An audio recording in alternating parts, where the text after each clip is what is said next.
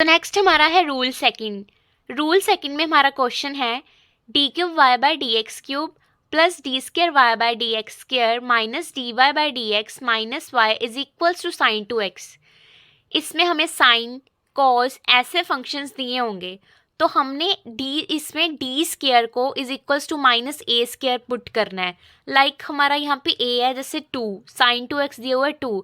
अगर हमें sign 4x दिया होता तो हमारा a होता 4, और जैसे cos 2x तो a 2, cos 3x तो a 3।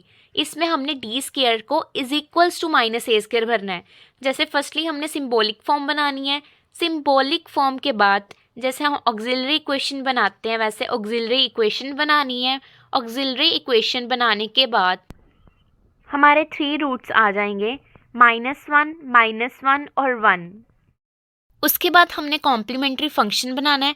कॉम्प्लीमेंट्री फंक्शन जैसे हमारे 3 रूट्स आए हैं, इसमें से 2 रूट्स रियल और सेम आए हैं और 1 रूट आया है डिफरेंट। और जब 2 रूट्स सेम होते हैं तो हम c1 प्लस c2x इंटू ई की पावर -x और प्लस c3 ई की पावर x। इसमें हमने पहले c1 ई की पावर x और c2 प्लस c3x इंटू ई की पावर -x। इसमें हमारा गलत नहीं होगा अगर हम c1 प्लस c2x और ई की पावर -x पहले और प्लस c3 ई की पावर x बाद में लिखते हैं, क्योंकि ये कांस्टेंट ही है, तो ये हमारा गलत नहीं होगा। और इसके बाद हम पर्टिकुलर इंटेग्रल निकालेंगे। पर्टिकुलर इंटेग्रल जैसे मैंने पहले बताया था कि डी स्क्र को माइनस ए स्क्र पुट करना है। तो यहाँ पे ए हमारा 2 है, तो ए स्क्र मतलब 2 का स्क्र -4 पुट करेंगे। तो यहाँ पे हमारा जो नीचे डिनोमिनेटर में है D cube plus D square minus D -1 है ना, तो हम पहले डी क्यूब को खोलेंगे डी स्क्र इंटू डी और बाकी एज इट इज़ रहेगा। और जब डी स्क्र होगा तो उसमें हमने -4 पुट कर देना है, -4 डी साथ में वैसे ही, और अगले में भी -4 माइनस डी और -1। फिर हम जब इसे सॉल्व कर लेंगे तो हमारा -5d -5 आ जाएगा डिनोमिनेटर में। और उसके बाद हम -5 को कॉमन निकाल देंगे तो अंदर d+1 रह जाएगा। जब ऐसे d+1 रह गया तो हमें इसे रैशनलाइज करना पड़ेगा।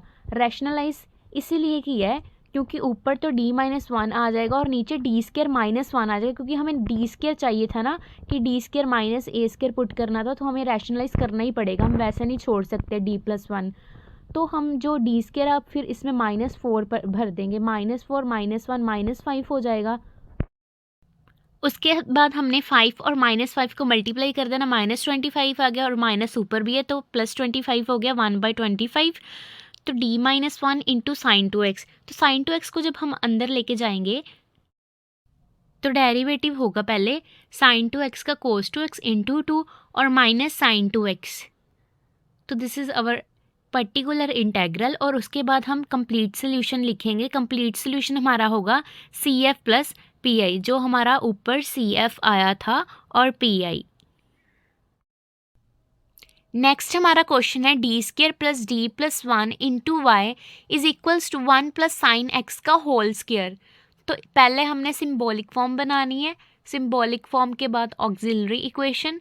ऑक्सिलरी इक्वेशन के बाद हमारे 2 रूट्स आएंगे।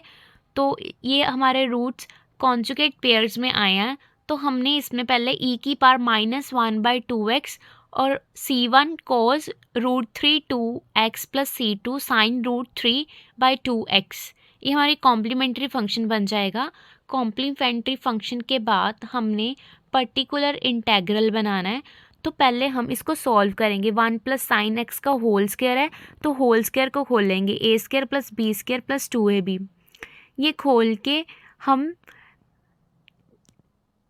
2 से मल्टीप्लाई और 2 से डिवाइड करेंगे। यहाँ पे तो 1/2 आ जाएगा और साथ में 1/d² प्लस d+1, और अंदर जब मल्टीप्लाई करेंगे तो 2 plus 4 sine x plus 2 sine square x। तो इसके बाद हम साइन स्क्वायर x का फॉर्मूला लगा देंगे 1 माइनस cos 2x/2। 2 हमारा पहले ही है तो ओनली आ जाएगा 1 माइनस cos 2x। उसके बाद हम इसे सॉल्व कर लेंगे। सॉल्व करने के बाद हम ये 3 3 वैल्यूज़ आ गई, जैसे 1/d² + d+1 पहले 3 के साथ करेंगे, फिर 4 sin x के साथ करेंगे, फिर माइनस cos 2x के साथ करेंगे।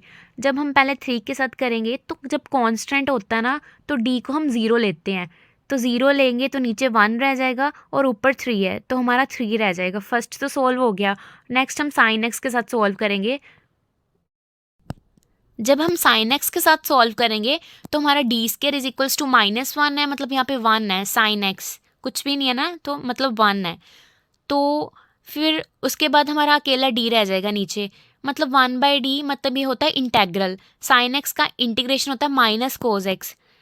ये हमारा सेकंड भी हो गया। थर्ड था हमारा cos 2x के साथ।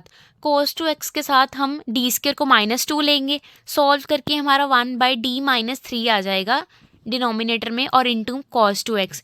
फिर हम रैशनलाइज करेंगे, रैशनलाइज करने के बाद हमारा d + 3/d² - 9 into cos 2x आ जाएगा। फिर हम d² में -4 पुट करेंगे, फिर हमारा -13 आ जाएगा और इसके बाद हम cos 2x को अंदर मल्टीप्लाई कर देंगे। जब हम पहले डेरिवेटिव करेंगे cos 2x का डेरिवेटिव -2 sin 2x इंटू 2 और +3 cos 2x as it is और नीचे -13।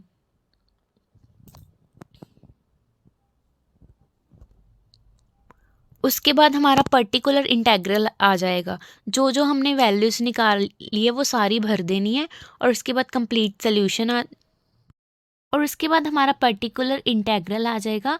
1/2 जो बाहर था वो वैसे ही एज इट इज़ लिख देंगे और ब्रैकेट में जो जो हमने वैल्यूज़ निकाली है तीनों की वो सारी पुट कर देंगे और उसके बाद हम कंप्लीट सोल्यूशन लिख देंगे। y = CF + PI, जो हमारा CF था और जो PI था। This is our final answer. Thank you for watching.